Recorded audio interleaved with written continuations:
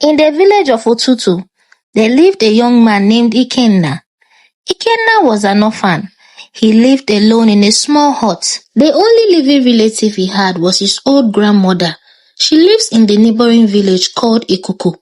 So every market day, he goes there to visit her. One day, he visited his grandmother and she gave him lots of dried meat and foodstuffs.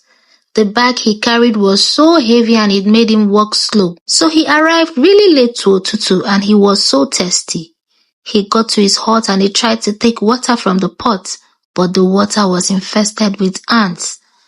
He had no choice but to go to the stream that night. Ikenna walked really fast to the stream and he started fetching water. And someone touched him. As he turned, she was a mermaid. She smiled at him and introduced herself as Ezinne. She laid with him and warned him not to tell anyone. That night, as Ikenna returned back to his hut, he kept smiling until he slept off. But the next morning, his joy turned to sorrow. Ikenna's belly was swollen. He cried and wondered what could have happened to him. He felt something kicking inside his belly. He remained inside the house, sleeping and eating the dried meat he brought from his grandmother's place. But after some days, the meat was finished. He had no option but to go out and look for food. So he started sneaking out. This continued for a while. But one day, while he was out, taking fruits, a palm wine tapper noticed him. The palm wine tapper informed some of his friends, and the friends informed their women. And that was how the news spread like wildfire. The villagers whispered about Ikenna. Children pointed their tiny fingers towards his hut. Elders exchanged glances. Some of the villagers trooped to his house to see the pregnant Ikenna. This made him very shy. He cried and begged the gods to take his life. Word spread to neighboring villages and people journeyed to see the pregnant man in Otutu. This made the elders of Otutu very worried. So, the elders of Otutu decided to summon Ikenna and question him. But Ikenna sat there looking at the entire village without saying a word. Ikenna Ogini, say something. We don't know if what you have inside you is a blessing or a curse. We are giving you 5 days to give us an answer, else you will be banished from this land. So they allowed Ikenna to go back home. That night, Ikenna went to the river and he started crying. Ezinne, show your face. What have I done to deserve this? This burden you have given me is too much for me to carry. Come and take this load. Come and take it. And Ezinne showed her face. She smiled and told him not to worry, that she would defend him and he would not be banished. So Ikenna went back home that night, and 5 days later, he was summoned to the palace again. Ikenna, are you ready to talk now? Ikenna, say something.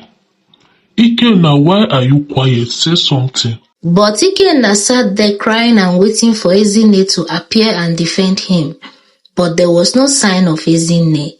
So the king ordered the villagers to chase him away. The villagers started chanting and singing derogatory songs as they chased him away. Suddenly, Ezinne appeared. The child inside him is a blessing and not a curse. That child is a warrior and will save this land. Anyone who touches Ikenna will face my wrath. Now take him back to the village and treat him like a king. Anyone who disobeys me will die. So Ezinne warned them. She also appeared to the king and some of the elders, and she warned them too. They immediately sent Ikenna back to his hut, and the elders apologized to him with a chieftaincy title. The entire village started trooping to his house daily with different delicacies. His grandmother also visited him and started taking care of him. Ikenna became very happy again. He cradled his belly, feeling the flutter of life. One rainy night, Ikenna felt his first contraction. The earth trembled with sympathy. As he knelt down, he shouted and cried, but with the help of his grandmother, he pushed and he gave birth. A daughter with skin like the sun. The next morning, the entire village jubilated. They celebrated and welcomed their warrior. They all trooped to his house with so many gifts and food. The king and the elders also celebrated, and they organized a grand feast to welcome their warrior. The feast was very elaborate. They all danced, they ate, and married. Suddenly, Ezinne appeared. Her name will be Iroku, for she will be as strong as the Iroku tree. When she disappeared, the villagers continued celebrating. Iroku was not an ordinary child. She was unlike any other baby in the village. She was always angry. Other babies were so scared of her. At the age of 5, she became a warrior. She was fighting her age mates, even people older than her. The villagers would raise her up in excitement, praising her and jubilating. Iroku spent all her time with young men and warriors. This made her father Ikenna very lonely. His grandmother had passed away, so he started visiting Ezinne at the river. Every evening, he would visit her, spend quality time with her, and beg her to take him under the river to see her people. But Ezinne kept taking him to other parts of the river, and Ikenna kept insisting that he wanted to meet her sisters and mother. Iroku turned 18 and a war was coming. The village of Ikuku threatened to wipe away their entire land. This made Iroku very angry. So she got the blessing of the king and she organized the warriors, and together they marched to the battlefield. Iroku fought fearlessly and the village of Otutu was able to defeat the village of Ikuku, and together they carried her as the champion back to the village. Everyone in Otutu welcomed and celebrated her, but Iroku could not see any sign of her father Ikenna.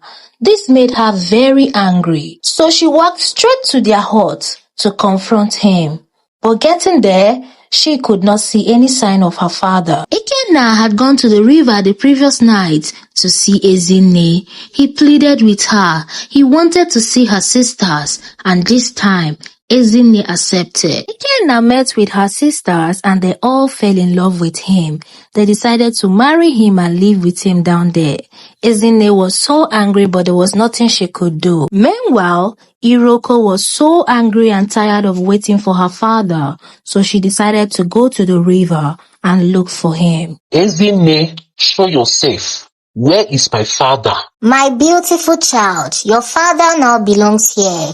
You can join us. After all, you are done with your mission. Never. I will never join you. So the battle began. They fought tirelessly for 3 days and 3 nights. Eventually, Iroku defeated the mermaids and she brought out her father, Ikenna. But he never remained the same. Ikenna became deaf and dumb.